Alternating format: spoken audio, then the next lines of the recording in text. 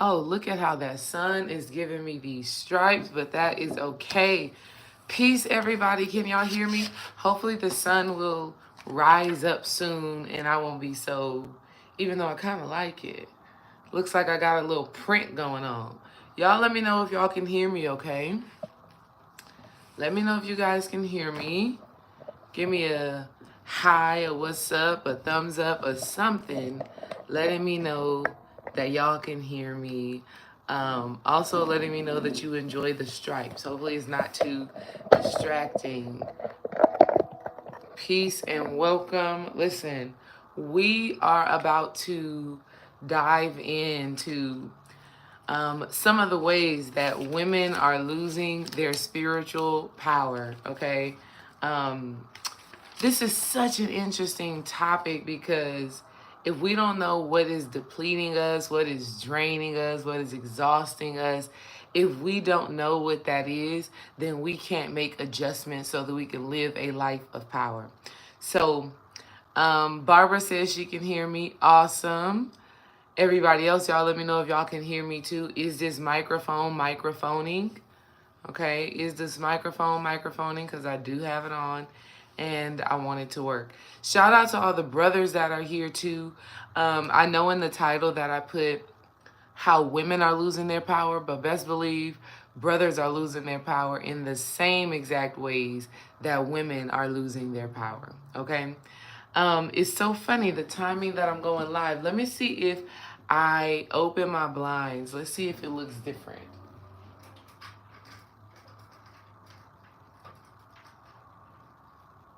Maybe that'll look different. Let's see.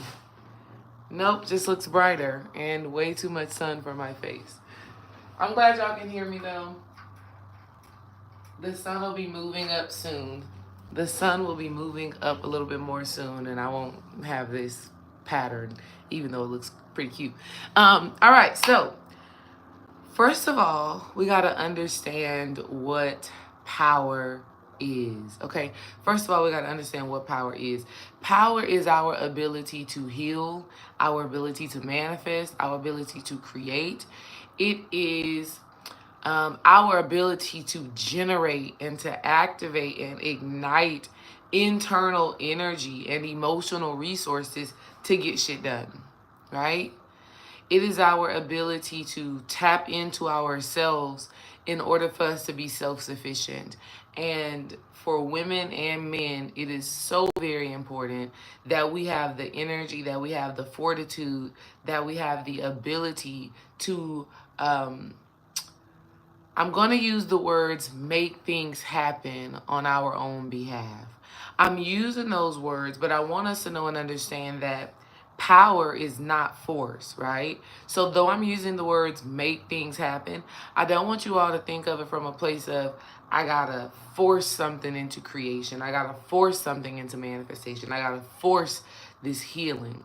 But we make things happen when we understand the power that we possess internally. And so I think for a lot of us, we've externalized that power at some point in time in our lives. And so now is the time for us to reclaim that. And it's so funny because this presidential election is one of the things that really sparked this conversation for me. Okay, let me fix these blinds one more time, y'all, because it's too bright on my head. All right. Thank you, Cece. I'm glad to be glowing. That, you know, that's the taking care of yourself energy. And so that's what we're going to be talking about today. God, I was hoping the sun would be up more. I just got to rock the stripes, okay? Y'all don't mind it. You're here for the message, okay? You're here for the message. Let me say hey to y'all. Hi again, Barbara. Hey, Love. Hey, Keon. Hey, Cece. Hey, Jayla. Hey, C. Diggs. Hey, y'all. Welcome, welcome, welcome. Make sure that y'all share this video, like the video, so that, you know, YouTube can send it to more people and more people can come and, you know, enjoy this content. I'm trying. Oh, that's kind of cute, y'all. Hold on. I'm going to move my camera. Okay, why did you just look better when you were turning? Oh, look. Hold on, y'all. I'm trying to... It's given right here. Let me turn it this way. Let me see. That's a little bit better for now. Okay, let me see. All right, now I can see me better. So, I think we have a good understanding of what power is and why power is necessary. It is absolutely necessary for us to live in our power, because when we are in our power, we can heal. I don't think it's the mic. So is the mic not working? If it's not working, I don't gotta have it on. Can you hear me better? It's on. Look, green light. It's on. But if it's not working, then we're not gonna. I don't have to hold that on. Hold on.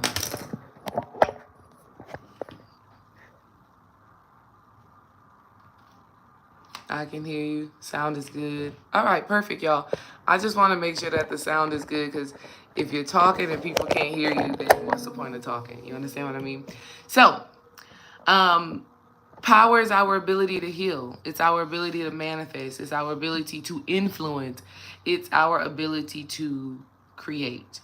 And funny enough, I was having this conversation with some of my group coaching clients. We were talking about power, and one of the ladies was just like, power, that word felt uncomfortable for her. That word felt like it had a negative connotation, right? Power. And that's because we've been programmed, especially women, we've been programmed to be outside of our power. We've been programmed to believe that we don't have power. We've been programmed to believe that the things that are our superpower, like nurturing, like loving, like intuition, like caring, we've been programmed to believe that those things are not power. We've been programmed to believe that power is how we can control somebody else. Okay. And funny enough, that form of power is one way that you actually lose the real, true source of power. Okay. So understanding our power is so important, because with this level of empowerment, right? With this level of self-awareness and understanding, man, listen, we align with the life that we are supposed to live. Okay, with this alignment of we make better empowerment. We make better decisions for ourselves. We show up for ourselves in divine, sacred ways that make the difference in our lives. We heal. Listen, everybody is in need of healing at some point in time in our lives, right? Whether it is healing from trauma, whether it is healing the body, whether that is healing in our relationships, whether that is healing how we view or connect with money. Like, healing is just a regular part of this human life experience. And if we don't feel like we have power, if we don't feel like we have the capacity to shift and move things into our lives, you stay stuck in certain cycles that do not serve your highest good. You stay stuck in certain cycles that do not allow you to experience the fullness of who you are and what you are meant to do. So power is so essential. And I could only hope that you all listening to this video now, and y'all who will hear this video later, I can only hope that when things are happening in your life, that you know beyond a shadow of a doubt that there is an energy and an essence inside of you that literally allows you to do anything you need to do to overcome, that literally supports you. And power is not just about overcoming trials and tribulations. Power is also about rising to the occasion and showing up when your name is called, when it's time for you to live in your purpose, when it is time for you to be that girl or that guy, when it is time for you to be who God has designed you to be. Power is absolutely necessary. Okay? Power is absolutely necessary. We can't get around it. You have to live from a place of power. And so that's the why, right? Everything that I just shared with you is the why it is important.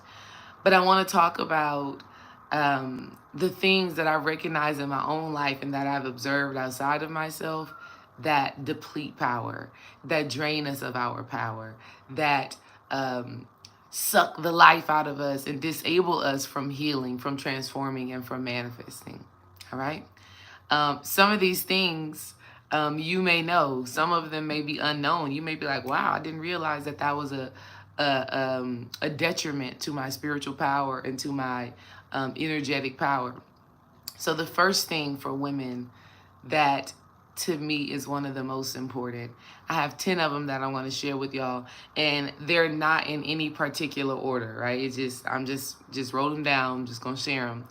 But this first one that I'm going to share with you, I feel like is one of the biggest ones that depletes women of their power, most importantly. And that is ignoring our intuition to appease logic and social pressure. Wow. Like intuition, when your spirit team, when the Holy Spirit, when that divine communication is being transmitted to you and you disregard it, right? Sorry if my phone kind of froze. I swear it's like all of these different types of people call me at this time of day. And I'm like, I have my phone on Do Not Disturb. I do not want the phone call to even come through. So, I don't know.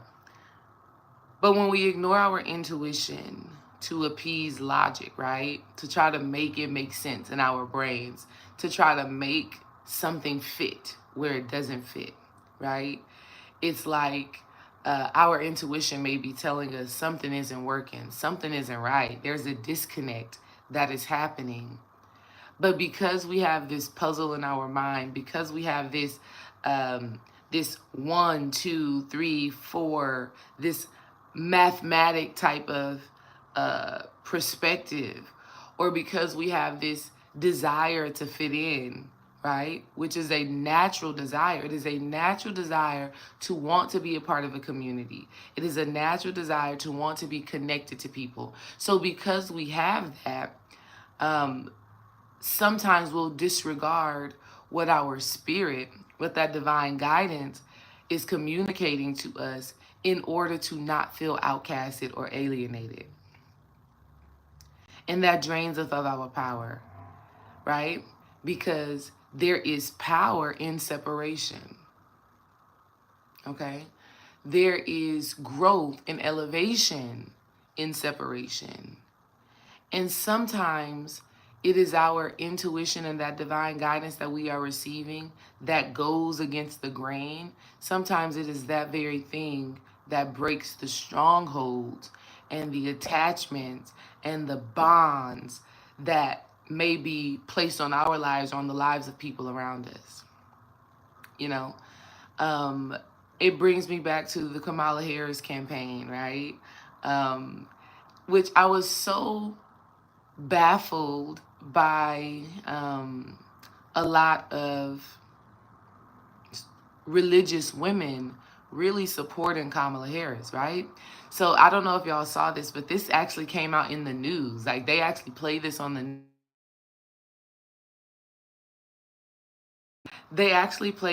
news where Kamala was at a rally. She was doing one of her rallies and she was talking and speaking and giving her whole why you should vote for me thing. And some kids at the rally blurted out loud, Jesus is king, right? Christ is Lord. They blurted that out. Kamala Harris laughed. She says, ha ha ha ha ha, you're at the wrong rally. You need to go to the rally up the street. That's literally what Kamala Harris said in her rally to 2 Caucasian males who were there preaching their gospel. Those same 2 Caucasian guys who had kind of blurted that out, they actually ended up getting kicked out of her rally. Right? Security came and got them and escorted them off the premises. So when I'm talking about women ignoring intuition and discernment in order to fit in or appease logic, or because there is social pressure, this is one of those scenarios. most of the women that I saw supporting Kamala Harris so deeply claim to be Christians. So it's weird to me because it's like, that is recorded. It is literally recorded and documented that these guys blurted out, Jesus is King, Christ is Lord.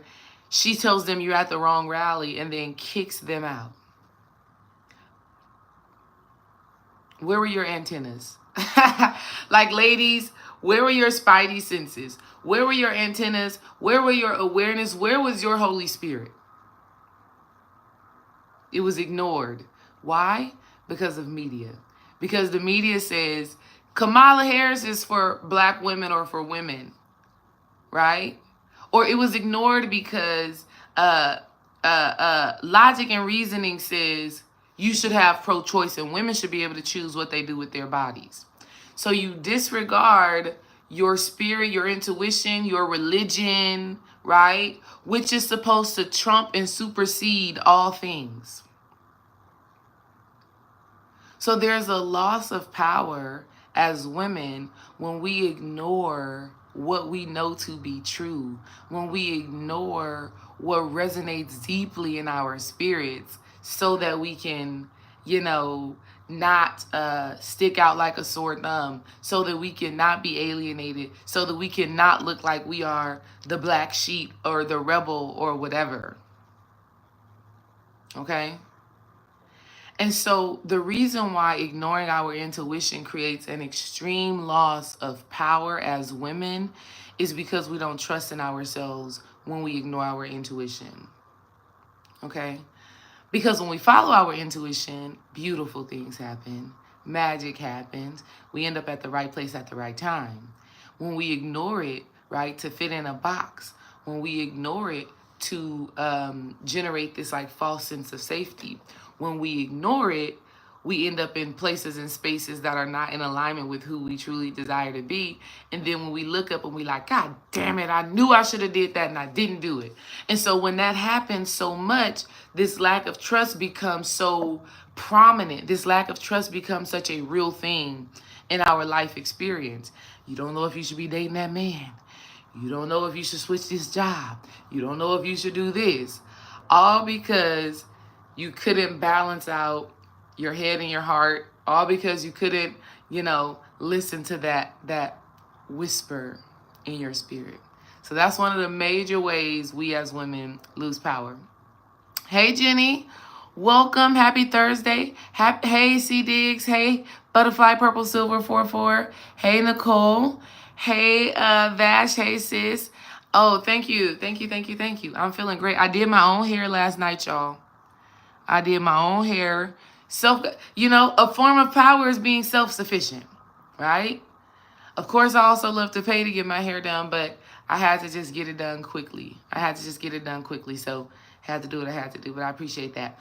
Number 2, another way that we lose power is when we chase approval or seek validation, right?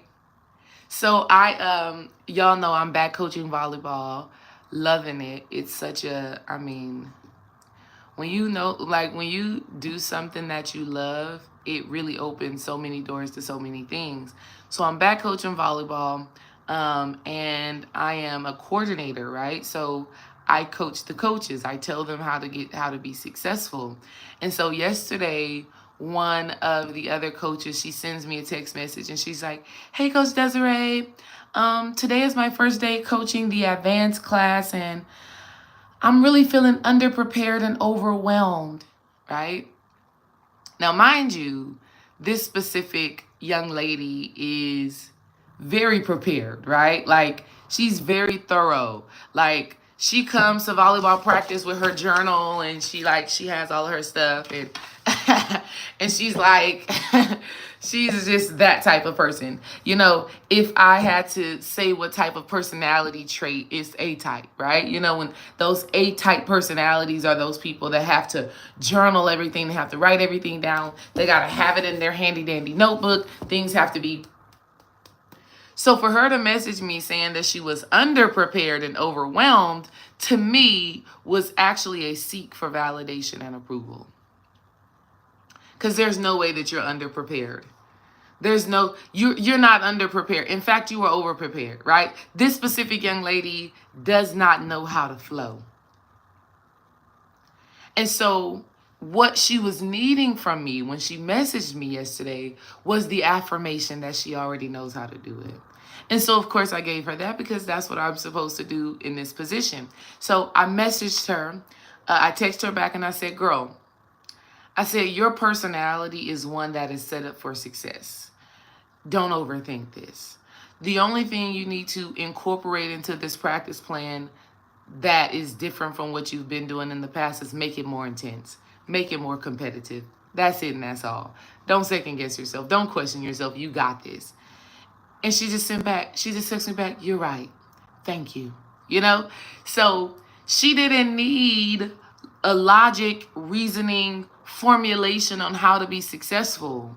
She just wanted somebody to tell her that she could do it. So she was seeking validation and she was chasing approval. And this is something that, we as women do, and women and men, because I know I have brothers on here too, but this is something that we do when we've been raised improperly, right? Like our parents did our best, but it's a depletion of power.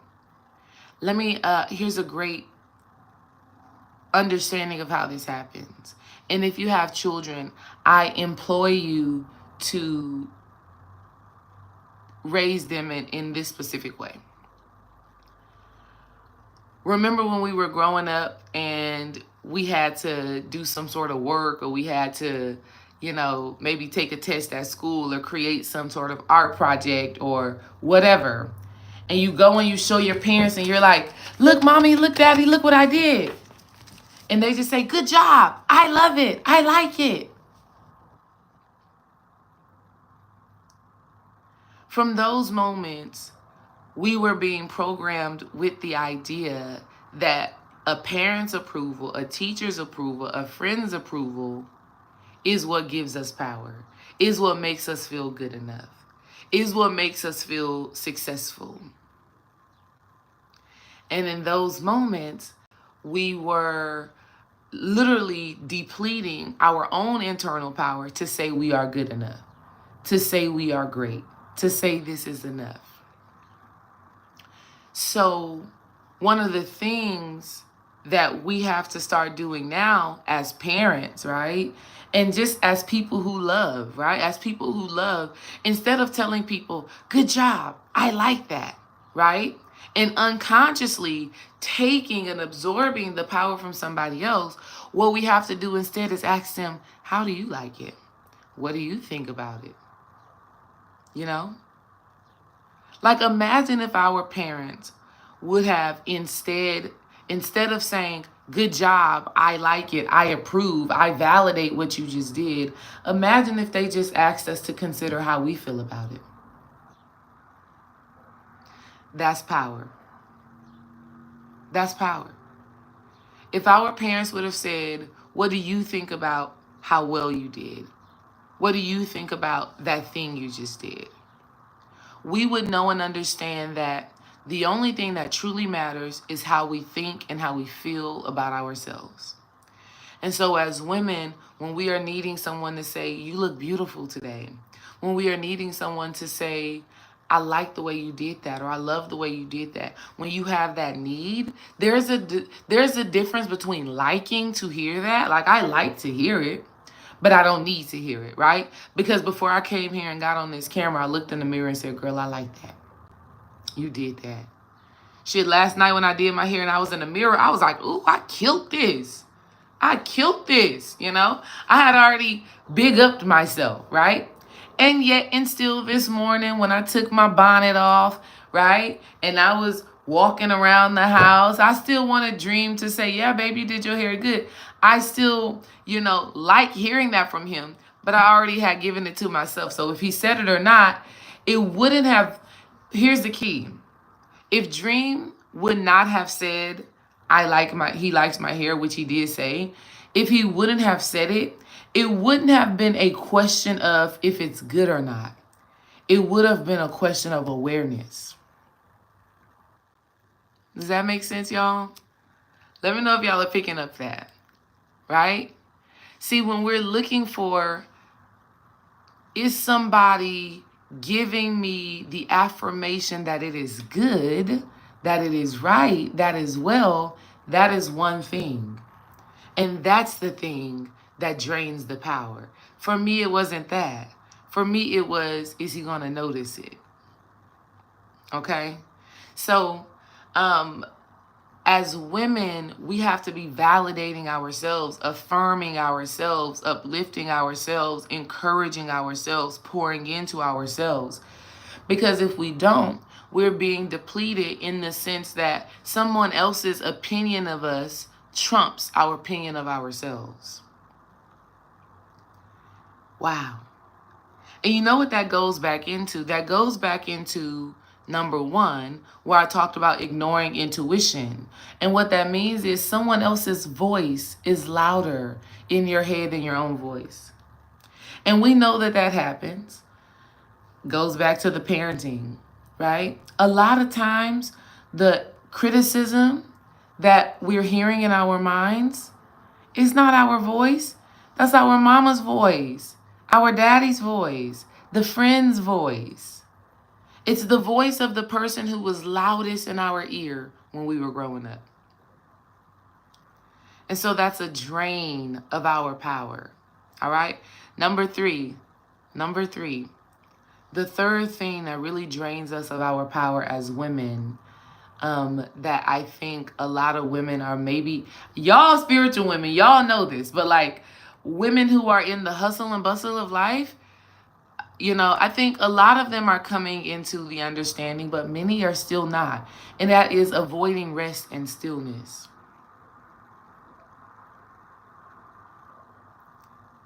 When we are resistant to rest, to quiet time, to stillness, we are in a perpetual state of fight or flight. We are in a perpetual state of survival mode.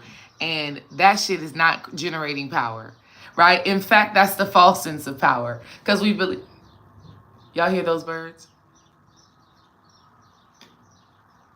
They going off outside. They're saying grand rising and good morning to all of you. Can y'all hear them? Let me know if y'all can. It's so beautiful. Nature is so beautiful.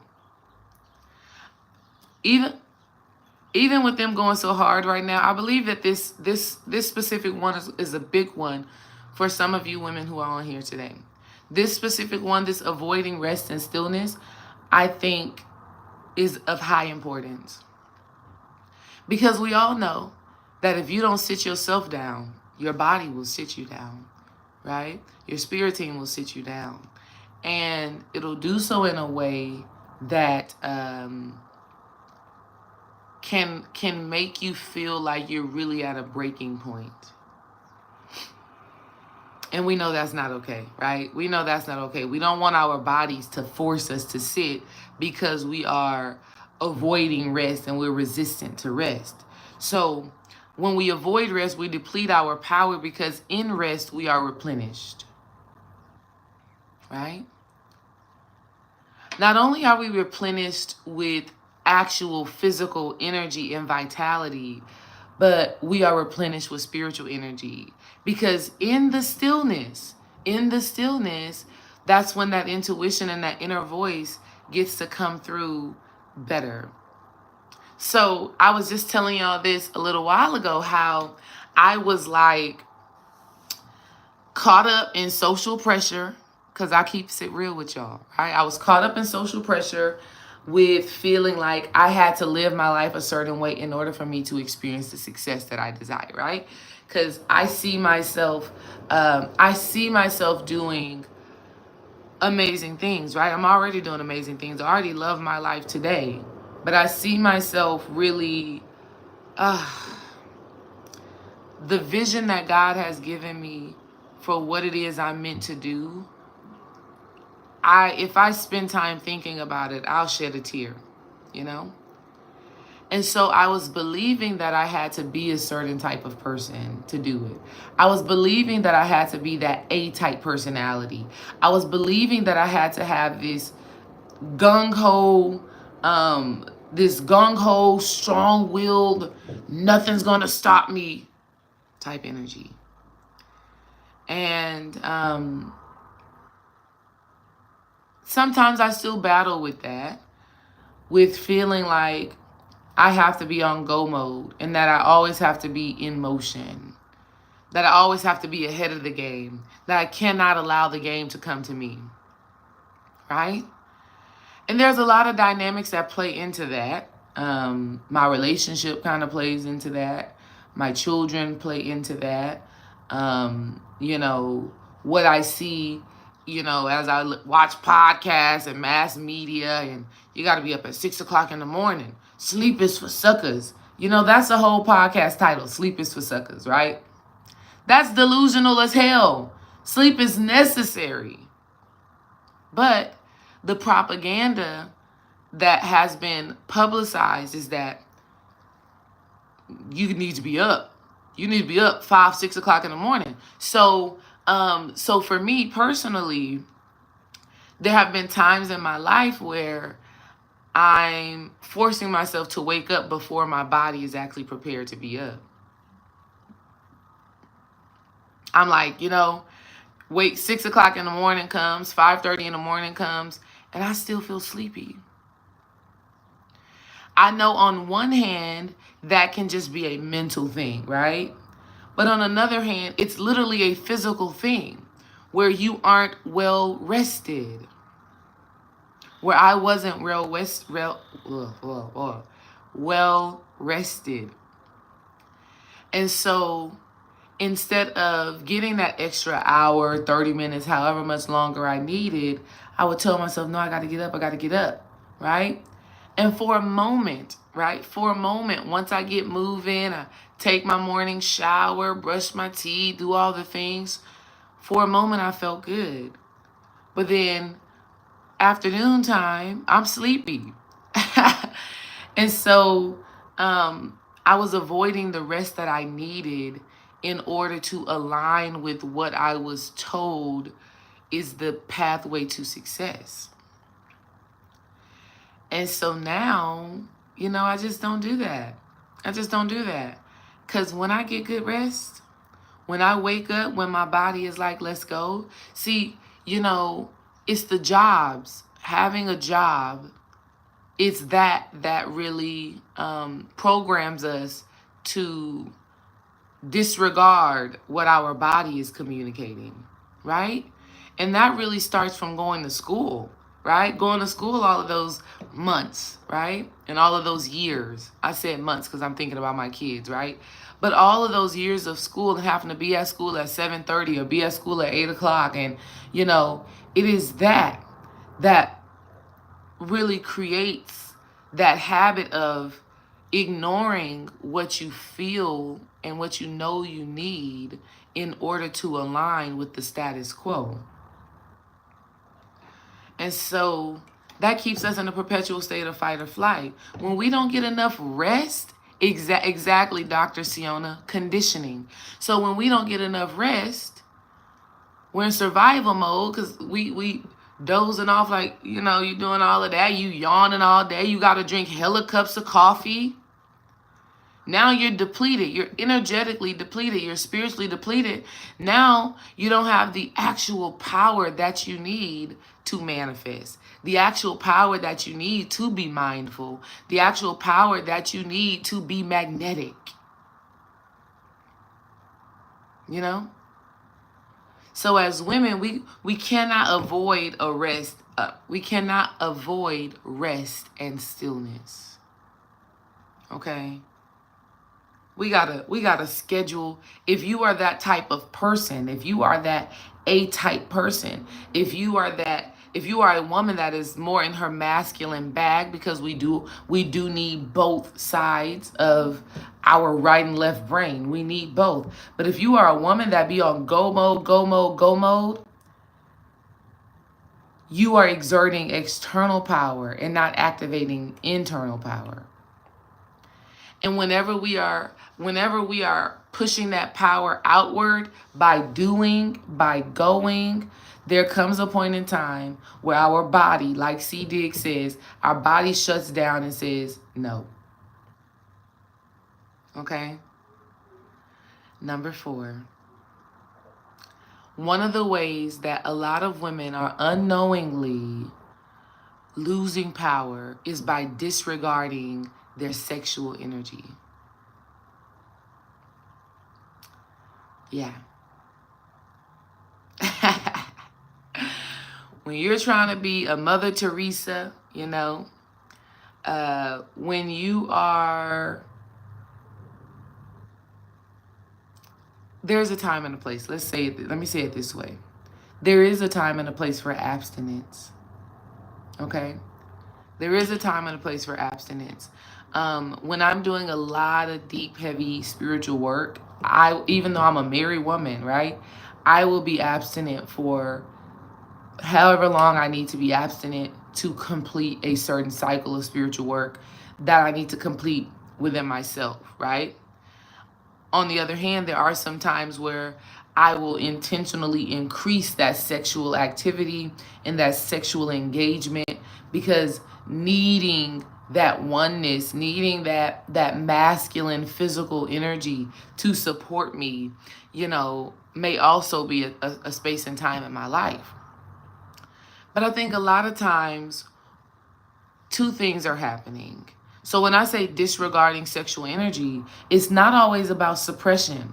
Sometimes the sexual energy is exploited and that energy is drained. So we got to talk about both sides of the coin. So on one side of the coin, the suppression of the sexual energy. So having these desires, having these needs, having these cravings, but saying, no, I'm not going to do that because what are some ways? What are some reasons? Maybe you'll say, I don't have the right partner. True. Do not give that sexual energy to men who are unworthy of that energy. Very true. You do need to do that. But that doesn't mean that you don't explore the sexual energy within yourself. Okay? That doesn't mean that you say, you know what? I ain't doing nothing. I'm just going to shut the whole factory down. No. You get to nurture yourself, be intimate with yourself, get to know yourself in that sacred and sexual way. You know what I mean? Because the reality is that the suppression of sexual energy is also the suppression of creativity. The suppression of sexual energy is also the suppression of vitality and life force energy. Sexual energy is the creation of life. And so when we suppress it, we are suppressing our own creativity, vitality, our own inner resource and inner confidence. Y'all know how it is when you get some good loving. When you get some good loving, girl, you start to glowing and showing. You feel confident. And let me tell you, this is not just an illusion. I want to be very clear about this, ladies. When you get good, healthy love, okay? When you are nurtured, when your partner makes sure that you are experiencing orgasmic pleasure, you are releasing hormones, oxytocin, okay? You are releasing happy hormones that literally change your energetic makeup, that literally shift your hormonal makeup. These hormones of oxytocin and serotonin and these endorphins make you magnetic. They make you powerful, okay? So we don't want to disregard that and push that energy down, but we also don't want to exploit it. Because on the opposite side of that coin, when we are engaging in sex with people who don't honor the fullness of who we are expelling that energy. And as women, that is not what we do by nature. By nature, we absorb, we draw in, we draw in. But if you are drawing in lackluster, low vibrational energy from a male, right? If you are drawing in that energy from a male, you're going to have to expel it. On a subconscious spiritual level, you are working to excrete and expel that energy from your body and from your being. And this depletes you of your power. Okay? So we want to find a beautiful balance between honoring our sexual energy. And also understand that honoring our sexual energy also means embracing the fact that you are a hormonal being. And that these hormones are always communicating, okay? So the sexual energy is directly connected to your adrenals, is directly connected to your hormones, is directly connected to your chakras, right? And honoring your sexual energy also means understanding where you are in your cycle as a woman, okay? So what do I mean by this? A lot of times we as women, you know, you've heard this before. I know y'all have heard this before where somebody was like, damn, she must be on her period. She must be on her cycle, right? Or you may be bubbly, you may be bright, you may be vibrant, you may be, you wanna, you know, you wanna jump on something. You like a lioness, you know. I remember this one time with Dream. I vividly remember, I didn't even know anything about like ovulation at this time. But now that I reflect back on it, your girl must have been ovulating. I must have been looking at him like, damn, what put a baby in me? That's how I must have been looking at him at this point in time, y'all. I told this story before, but Dream and I had just now started looking at each other a little bit different, right? So we have been friends for 4 years, and didn't really look at each other in that way of like, I would be with you, like, let's be in a relationship together. We just hadn't done it. And but our relationship was starting to shift, and we were starting to have deeper conversations. We were starting to just, I don't know, vibe on a different level than just working out, you know, sometimes hanging out with mutual friends or whatever. And I remember I was having a housewarming party for my new apartment, and he came, and Spirit is so funny. So he's there, and we're hanging out, and it's not, you know, I have a whole bunch of people there. It's a housewarming party, and the party is getting ready to end. It's probably like 1 o'clock in the morning. We're sending people home, and I remember seeing him kind of just walk across the room, and I mean, broad shoulders. He had on a nice fitted shirt. I kind of remember what he had on. He had on like a gray, white kind of t-shirt, arms kind of broad and fit. He was a personal trainer at the time, in really great shape. And he's just walking across the room. I don't know where he's going, but I knew instinctively that I wanted him. I had never felt that in my life before. I just knew that I wanted to like pounce on him. And so I remember he was about to go, and I had just kind of said to him, and I was never this type of person, never this type of woman, right? To just be so vocal about what I wanted. And I just remember telling him, I think I want you to stay. Girl, what? I told him, I said, yeah, I think I want you to stay. I didn't even know what the hell I meant by that. I had never said anything like that in my life, right? But I told him that, and he was like, all right, okay. And I'm blown away by that, because I'm like, who says that? Like, why did I say that? Now that I think about it, I was probably ovulating. I was probably in the fertile window, and I probably saw him as a lion, and I'm a lioness, and I want to make some baby cubs, okay? That was probably what was going on. Now, 4 kids later, I know what that means, right? 4 kids later, if I'm looking at him a certain type of way, and I'm feeling frisky, I'm like, let me go to my cycle tracker, because your girl is probably ovulated, and I actually need to do something to avoid what I'm feeling, okay? He sure did stay the night that day. And that was our first time going there. And that was also the time where we said we go together, okay? We go together. That was it, okay? It was us from that moment on, literally. So, as women, we got to understand our cycle as well. Because on the flip side of that, there are times where I don't want Dream to even look at me. I'm like, avoid, right? I'm like, literally, about like 3 weeks ago or something like that, I was in my luteal phase of my cycle. And I was just kind of just like, yeah, whatever. He talking, yeah, okay.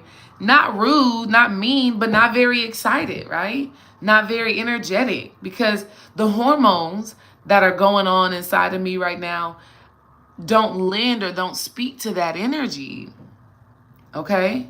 It don't speak to that energy.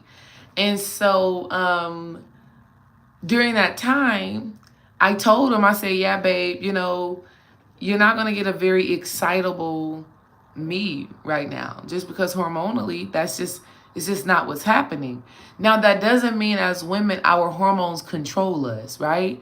Because just because you got testosterone pumping through your body and you're in your fertile window, that don't mean you just allow that energy to have you sexing with somebody who you know you don't want to father your children. See? Power is saying, I understand I have this sexual energy. I understand that I'm in a phase in my cycle that desires and craves intimacy and closeness.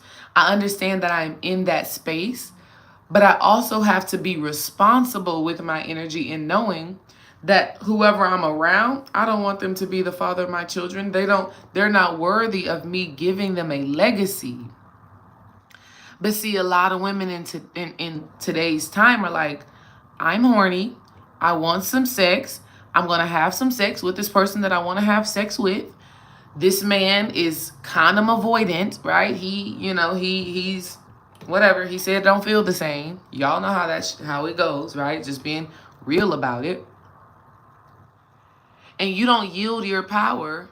Now you give your power to the man, and now you give your power to the abortion clinic. You know what I mean? And that's a conversation that we as women have to have. And so as we're talking about Kamala, I did see something crazy. So in my ideology, I am still in between. I am in between pro-life and pro-choice, right? Because I'm for both, in a sense. I saw in Wisconsin, they had a court hearing where the judge they were kind of combing through the law and the abortion ban. And they were sounding crazy as hell, right? They were saying, the lady was asking one of the lawmakers and one of the people that sit on the board, she was asking him, so if a woman is raped and she falls pregnant, it is illegal for her to get an abortion. The man is like, yeah, that's right. She says, if a woman is raped by her father and she falls pregnant, it is illegal for her to get an abortion. Yep, that's right. And if she seeks an abortion and she gets an abortion, she'll be sentenced to prison time, up to 15 years. This man said, yep, that's right. But if the man is charged and is guilty with rape, he's only sentenced to 10 years. Yep, that's right. So when I look at things like that, that is absolutely absurd. That is absolutely crazy. That is absolutely ridiculous. Okay? So in that regard, I would hope that the Trump administration deals with that. Even though Trump did come out and say, he literally came out and said in a video at a rally that he will protect women at all costs. That is a form of protecting a woman. Okay? That is a form of protecting a woman in a situation and circumstance like that. Okay? But holistically, those are not the situations that are happening most prevalent in women's lives. The most prevalent situation and circumstances is women being intimate with whoever they're being intimate with, get pregnant, don't want to have the baby. It's going to interrupt with career, interrupt with the fact that you already got kids, or you don't like the man isn't responsible, so on and so forth. So they're going to have to fix that. In Wisconsin, they're going to have to fix that. But also something else to think about in these situations, y'all, is that first of all, we gotta stop with the it's men versus women. That rhetoric, that narrative needs to stop, right? Especially amongst people of color, needs to stop, because it's not a real thing. Real men and women in real everyday life, outside of these social media streets, actually have each other's back. But when I'm thinking about a place like Wisconsin, who I'm gonna assume and make an educated guess is a predominantly white area. The reason why they are forcing and pushing an abortion ban is because their population is going down. So whether that child is conceived through rape, through incest, or through some other crazy situation or circumstance, they need life. You understand? People of color, on the other hand, are not having a problem with making children, okay? Which is why in places that are predominantly black, there's probably not going to be an abortion ban in those states. You understand that dynamic? There's not going to be an abortion ban in those states because they want black women and black girls to get rid of their children. Okay. CDX said, another concern is women who need medical insurance to cover IVF. That's a big deal. That is expensive. It's expensive, right? So the discussion is deeper than what the left, liberals, Democrats, it's way deeper than what's been happening. So that's the whole side note. I know y'all women. I know y'all women on here. You are moving from a place of power and owning your own reproductive rights, okay? Your own reproductive rights. It is yours and yours alone. No one can take it from you. No one can take it from you, no matter what.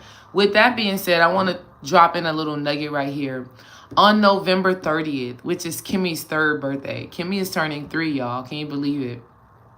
On Kimmy's 3rd birthday, I'm going to teach a class called Return of the Black Goddess. This class is going to be absolutely free for y'all to join. Return of the Black Goddess. All you have to do is make sure that you're signed up to my email list, and I'm going to send y'all email blasts about it. I have not created the page yet that is going to detail everything about the class. I'm going to finish that up today and tomorrow, and I'm going to send it out in the email. I'm going to post about it on my YouTube. Pretty sure I'm gonna go live multiple times again before we do that.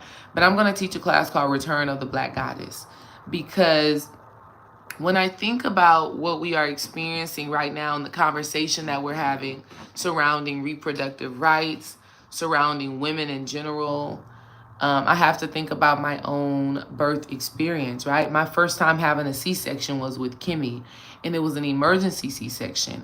And my baby, funny enough, is so deep and is so special. We thought Kim was going to be a boy. Some of y'all were still a part of our community then. When we found out she was a girl, I was so shocked. I was flabbergasted. I was jaw dropped. I was like, what? I just knew that she was going to be a boy, and I was totally wrong.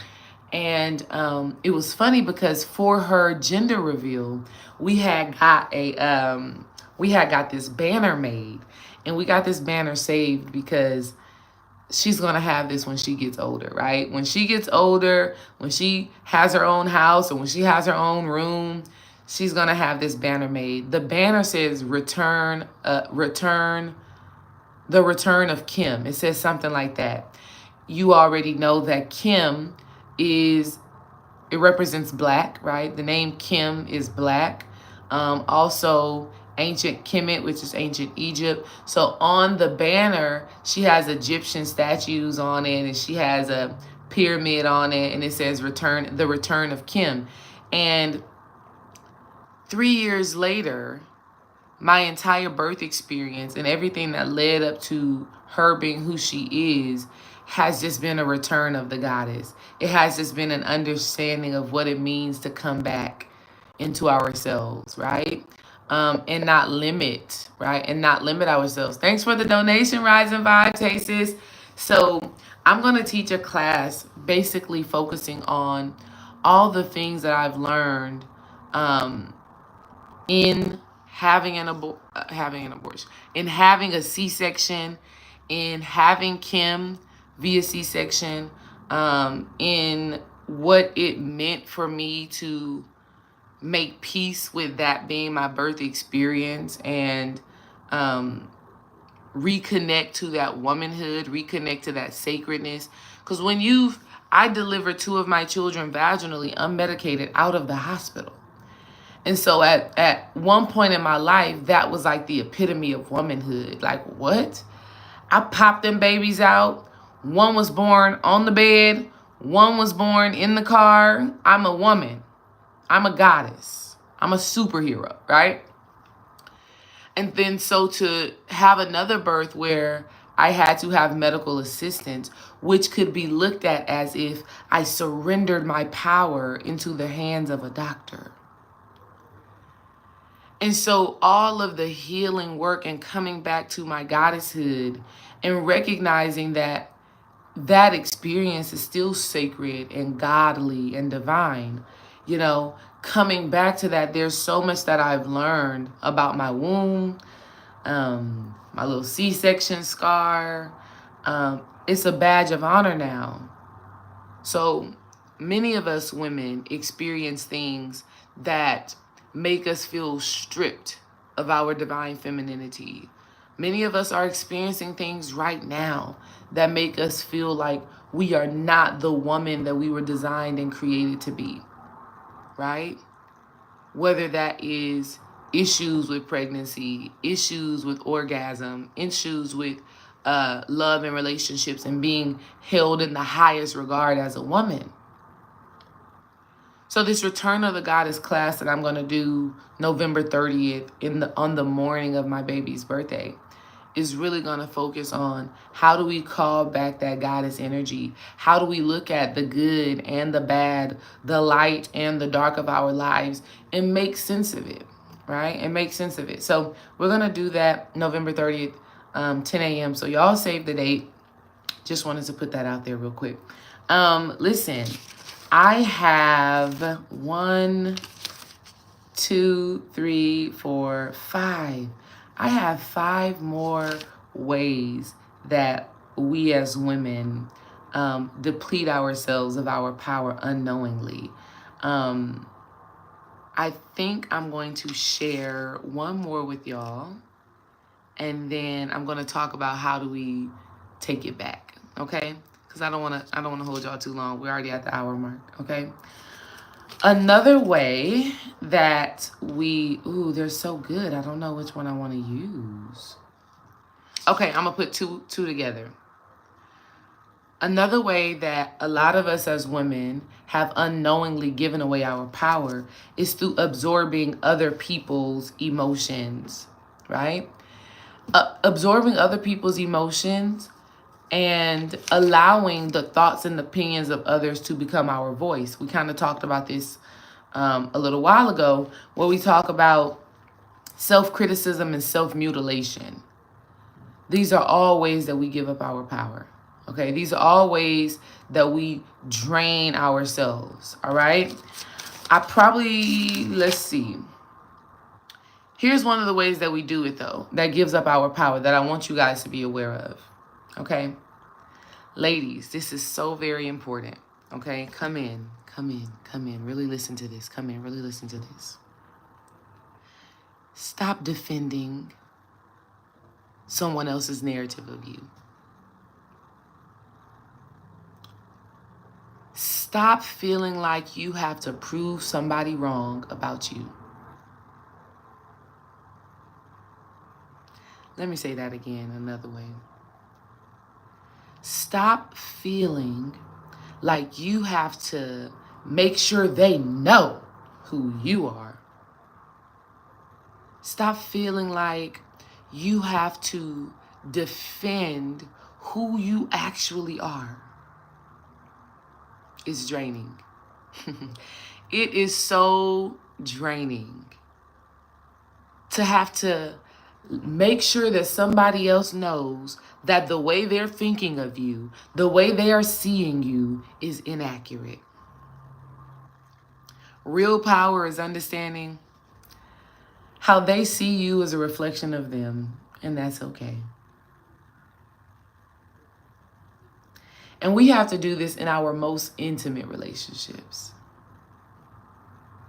in our closest relationships. You know, it could be even from the frame of being a mother. Sometimes as mothers, we're like, I don't want my kid to see me as weak. I don't want my kid to see me as angry. I don't want my kid to think that they can run over me.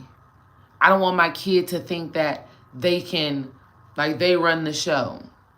And so you go out your way to prove I'm not weak, so you don't cry in front of your kids, even though you feeling hella emotions, right? You go out your way to exert your will on your kids because you don't want them to think you're a weak mother. Or because you are a single mother, they can do whatever they want to do. Or even with your man, right? You don't want him to think that you lazy. So though you're tired, you get up and you do a whole bunch of stuff. You don't, like, stop. You're draining yourself. How a person views you is not your business. You can have conversations, you can communicate about it, whatever. But if you get into a space where you're like, no, well, this is what I did and this is who I am, it's draining. It's tiring. I'm telling you from experience. I'm telling you from literal experience. So, you know, Dream may have an opinion. He may have a perspective. He may have a viewpoint. First of all, I understand that his viewpoint is based off of his conditioning. That's his life. I may see what I'm doing as differently. So in one of the experiences that we've had of that, in our relationship, this was a whole conversation we had where, for me, I'm more eclectic in my spiritual practices, right? Dream, on the other hand, very disciplined, very consistent. I'm also very disciplined, but I'm disciplined in a different way. He's disciplined in the sense of he's going to meditate every day at the same time. Lovely. I love that for him. It is inspirational. It's beautiful. Me, I'm going to do different things at different times, but I'm still doing something every day. Every day, I'm either journaling, I'm walking, I'm reading. Every day, I'm going to spend time with myself, tuning in with myself. Every day, no matter what. So, to a person that is very disciplined, my way of doing things may be looked at as inconsistent. To a person who does the same thing all the time, my way of doing things may be like not being able to make a decision, indecisive. And at one point in my life and in our relationship, I felt the need to have to tell him, no, babe, that's not true. No, babe, I'm not this, I'm not that. At this point in my life, I don't do that. At this point in my life, I let my results speak for themselves, right? I let my life speak for itself. I let my growth speak for itself. I let my manifestations speak for itself at this point in my life. But at first, when I felt the need to have to tell him, this is why I do this is how I do this is my perspective on this, when I felt the need to try to convince him otherwise, all I was doing was taking away from my own self-worth and my own self-work. All I was doing was minimizing what I know has been working for me. And so that's a big thing for us as women, to make peace with what works for us. And if it's not working, then we can have an honest, constructive conversation with ourselves, right? But criticizing ourselves based off of the opinions of others is depletion, and it's toxic to ourselves. And when I say it's toxic to ourselves, I'm not talking about hypothetical toxicity. I'm not talking about, the propaganda, social media. Ooh, girl, he toxic. Ooh, boy, he toxic. No, I'm literally talking about it is hormonally toxic, energetically toxic. I'm talking about the communication happening in your cells is toxic. I'm talking about your blood is changing based off of how you criticize yourself or degrade yourself or mutilate yourself based off of the opinion of someone else. Stop. Stop. And you know what? It's funny because there are some relationships that we have where it's like, girl, whatever, bye. Right? Like I have my brother's ex-wife. Oh my goodness. When I tell you project, honey, y'all, she used to project so bad. Ooh, Desiree, you manipulative. You manipulating your brother. What I gotta manipulate my brother for? That's my brother. We on the same page, and if we're not on the same page, we know there's still all love. I never have to manipulate my brother, ever. But you do. Because she was trying to win his love. So because she was trying to win his love, she would manipulate situations and circumstances to get him to try to see things in the way that she sees things. You understand? And I want to let y'all know that doing that as women, stop. As women, if you have been trying to manipulate your way into a man's heart, stop. You are actually giving away your power. You want to know why? Because let's say you shapeshift, you contort, you bend over backwards, you do all of these things that are not in your true nature in order to win this man's heart. That's manipulation, right? And then you get in a relationship and you tired of bending. You tired of being flexible. You tired of changing your mask. You're tired of shapeshifting. Now he got to deal with the real you. Right? Matter of fact, you cannot hide anymore. You cannot manipulate the situation anymore. We see you. He sees you. The family sees you. Now you drained your power because now when the man decides, okay, this is not going to work. You're not who I was with at first. You're not the person who I thought you were. Now you're like, damn, I done messed up. When the reality is you were outside of your power when you thought you had to be somebody else to get the man. Okay?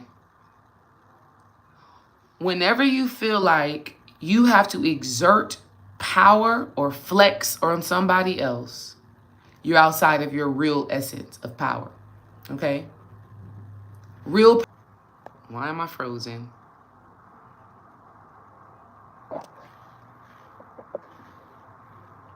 Am I back? It froze. Real power comes from being able to tune into yourself. Let me give you another example of the manipulation and the flexing of power, right?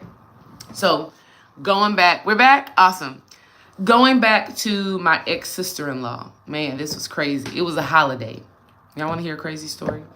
It was a holiday, and I don't know what holiday it was, but my brother really wanted his family, me, Dream, our children, my mother.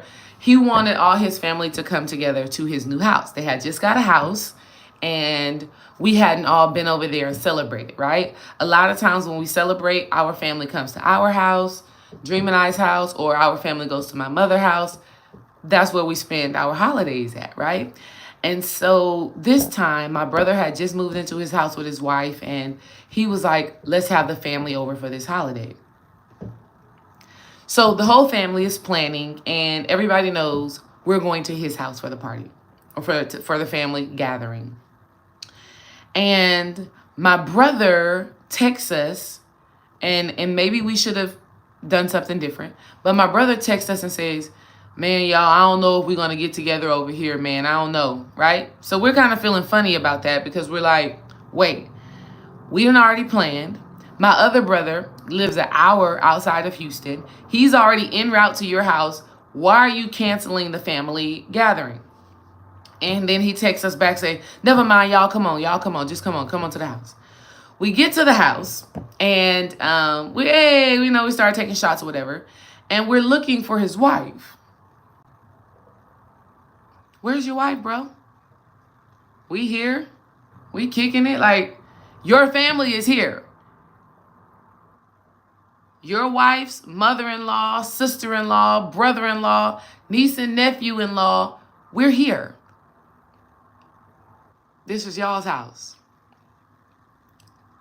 Sis did not come out of the bedroom for an hour. We were at the house for an hour. Then she comes out. She says, I don't really want y'all here, so y'all can leave. Those were actually fighting words for me. Those were actually fighting words. Those were fighting words. Like, we should have been knucking if you buck, right? Because the level of disrespect and the level of flex that she put on, after that moment, I washed my hands with sis. But I'm going to keep going. So she does that. And we like, yeah. Exactly, butterfly purpose of her. The audacity. She's lucky I was pregnant. I was pregnant with Kimmy when this happened. Oh my God. I did. So we like, all right, we got to go. We gone. Bye. We gone. We good. We gone. Bye. And so after that happened, our relationship was never the same because she tried to flex. But what she didn't know is that she just depleted herself of power, because Desiree is that girl and will always be that girl. So every time we having family events, my brother like, hey, so-and-so want to come. No, thanks. I'm sorry. She can't come. That's not a flex. That's power. Because once you decided that you were not going to respect me, my family, my mama, my children, my husband, over with. And so Kimmy's about to turn 3. So that was more than 3 years ago, because we were pregnant with Kimmy when that happened. But to this day, my ex-sister-in-law tries to do whatever she can in her power to be in, to be a part, to be one with. She'll message me something random like, hey, do you have any baby clothes that you can donate? I know a friend who is about to have a baby. Stop. You're just trying to do whatever you can to be connected. Shoot, the other day, we went out to eat for my big brother's birthday.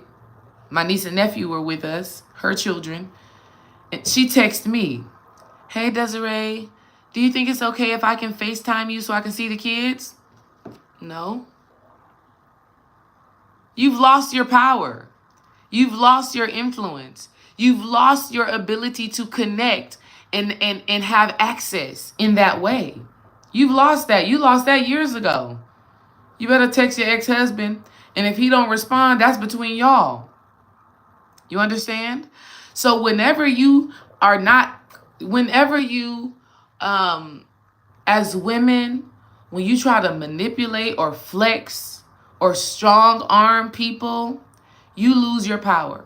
Because people don't want to show up for you. People don't want to love on you. People don't want to support you in your manifestation, in your growth, and in your transformation, because you've already showed us an unhealthy ego. Okay? So I'm going to share with y'all right now 7 things that you can do to start to get back your power. Mind you, I'm going to make, you know what I'm going to do? I'm going to make maybe some reels or some shorts on the other ones that drain us of our power, so that I can still get that information out to y'all, because I want you all to have it.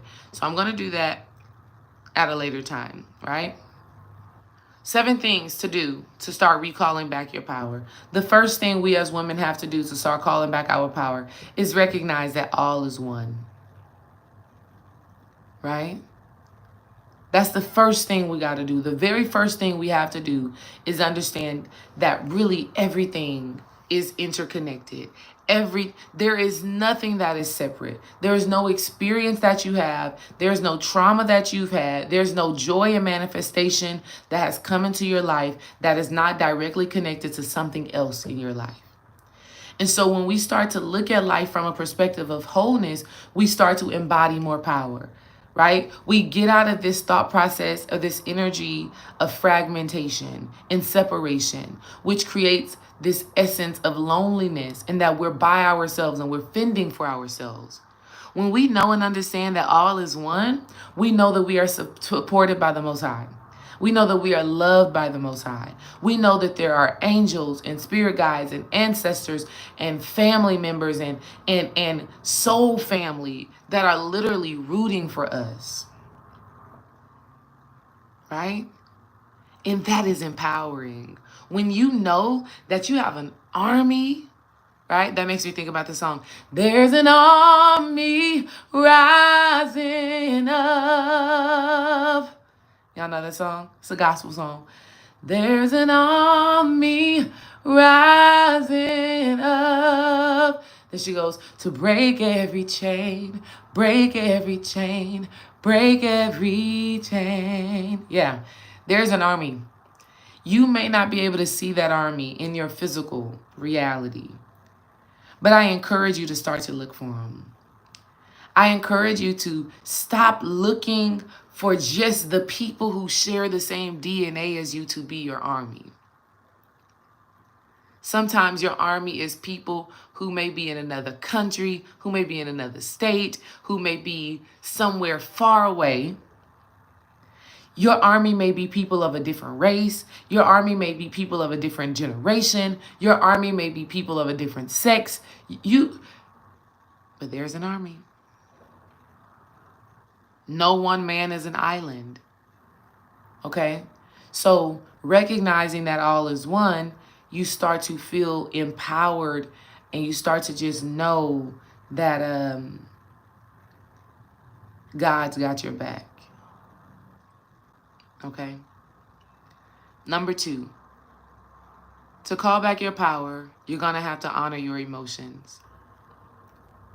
And you have to honor your emotions, especially in your engagements and in your dynamics with other people. Very big deal. So often we're needing love, we're needing validation, we're needing approval, that we'll disregard how we really feel because we don't want to ruffle any feathers. So in this space and time, we got to honor how we feel, right? Because there is no right or wrong to how you feel. Right? There is no, you shouldn't feel that way.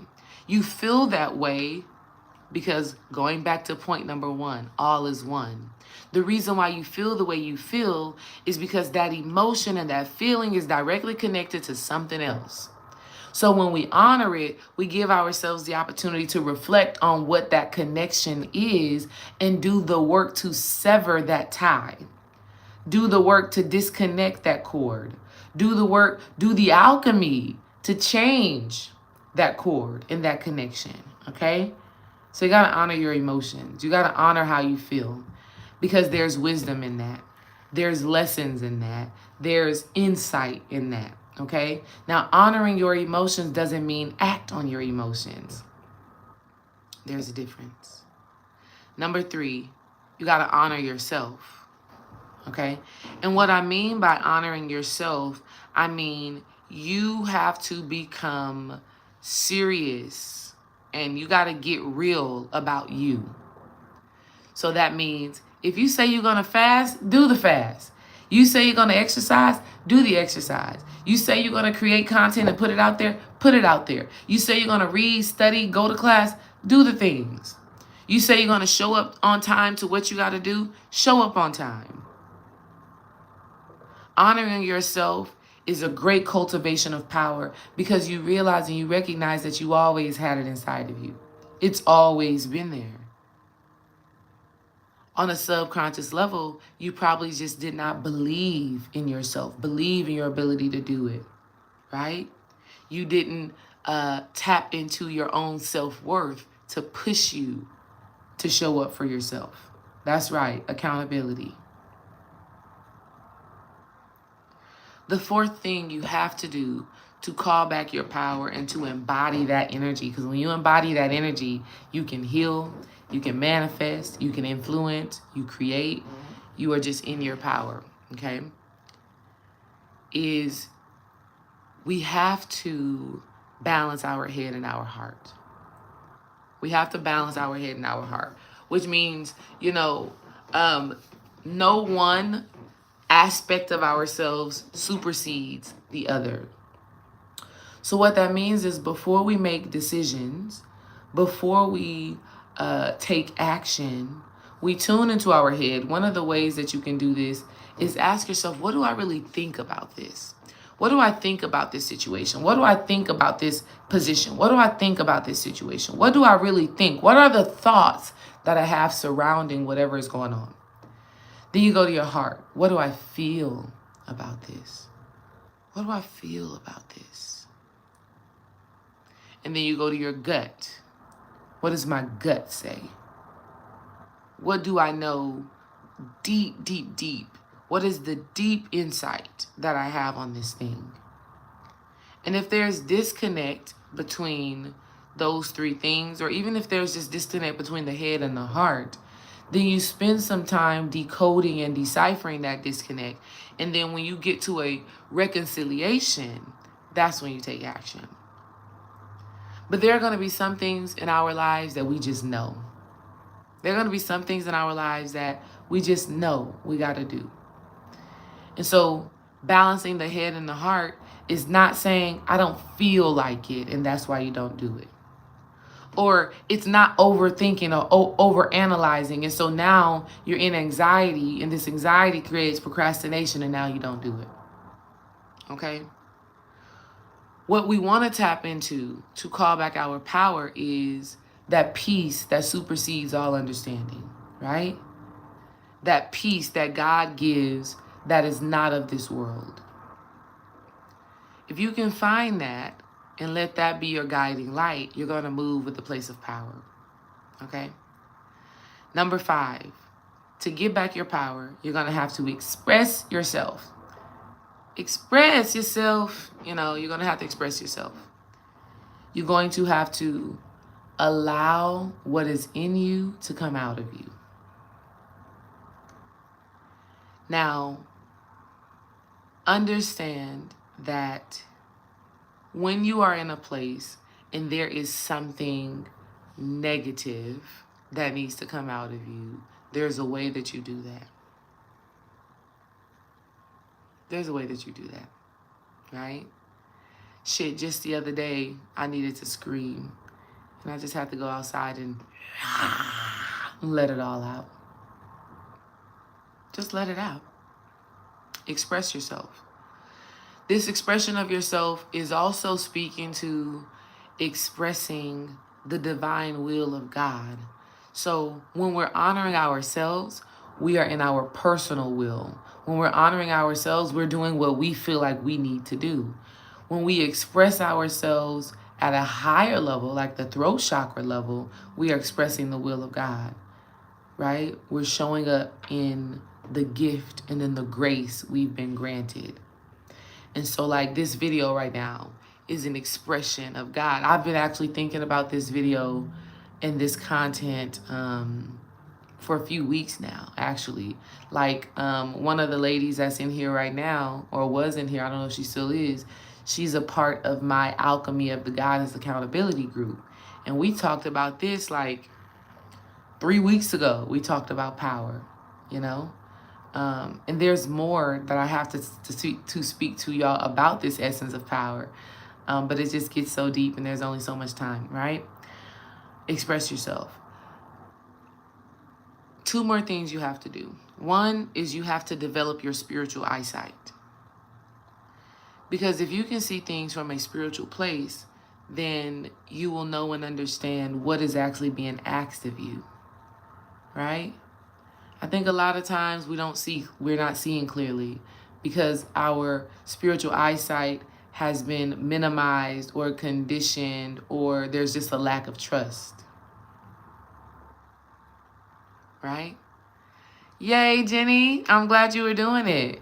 And Jenny, we were talking about power like 3 weeks ago. 1111. Y'all drop your 1111s in the comments. Drop your 111s in the comments. Okay? Tap into that portal of power right now. 1111, that's the portal of power. Okay? 1111 is a quantum gateway into the reflection of what you really desire. And so honor that. Walk through that gateway. Let these words that I speak to you really resonate in your heart. Let it mirror in your external reality.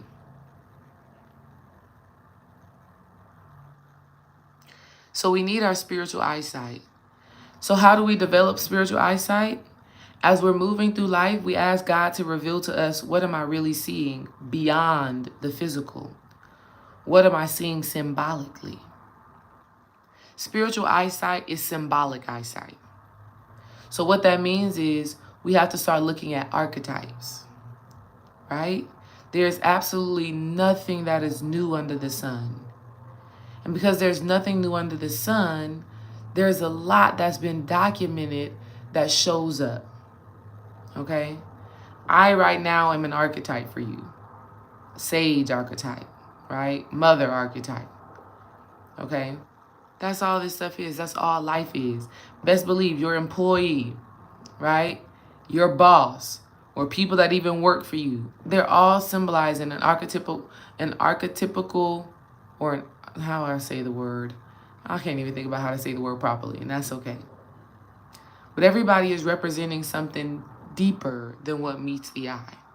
If you can start to see that, you'll move from a place of power because you'll be addressing things as they are and not what the ego, conscious, logic, reasoning mind wants them to be. And then the last thing that really helps us to cultivate a deep level of power is when we tune in. When we really tune in. And that tuning in really helps us to cultivate a deep level of trust and a deep connection with the Most High. That's that crown chakra energy. That's that knowing and understanding that I am a vessel, and I carry a code. I carry a gene key. I carry the essence of God in every cell of my body. In every cell of my body, I'm walking with God. And because I'm walking with God, that means I have infinite access to God at all times. All I got to do is tune in. And that's powerful. Okay? Any questions about this topic today? I know that this really is going to give y'all some things to consider and really look at in your life. Like I said, I have like 4 more that I need to talk about. So what I'm going to do, I'm going to make a video for the other 4. And I'm going to share that video with y'all. Yeah, we're going to do that. Y'all have any questions? I want y'all to make sure that you're living in your power. I want you to know and understand that you are equipped. You have everything that you need inside of you. Power is an internal job, not an external job. But when we are tapped into our power internally, it impacts our external. So we honor ourselves in that way, right? We honor ourselves in that way. Yeah. And then ladies, like I said, Return of the Black Goddess. We're going to do that class November 30th. That's in 2 weeks on a Saturday at 10 a.m. Central Standard Time. I will be sharing all the details with y'all over the upcoming days. Make sure that you are subscribed to my email list, and I'll get that out to y'all. Patreon. Patreon. Tomorrow we have a Dream Current with myself, Dream, Pacho, and Morris. So I hope to see y'all live in there. Yeah. All right. Not seeing any questions. That must mean I laid it all out simple and plain for y'all. Okay. So we'll be talking soon.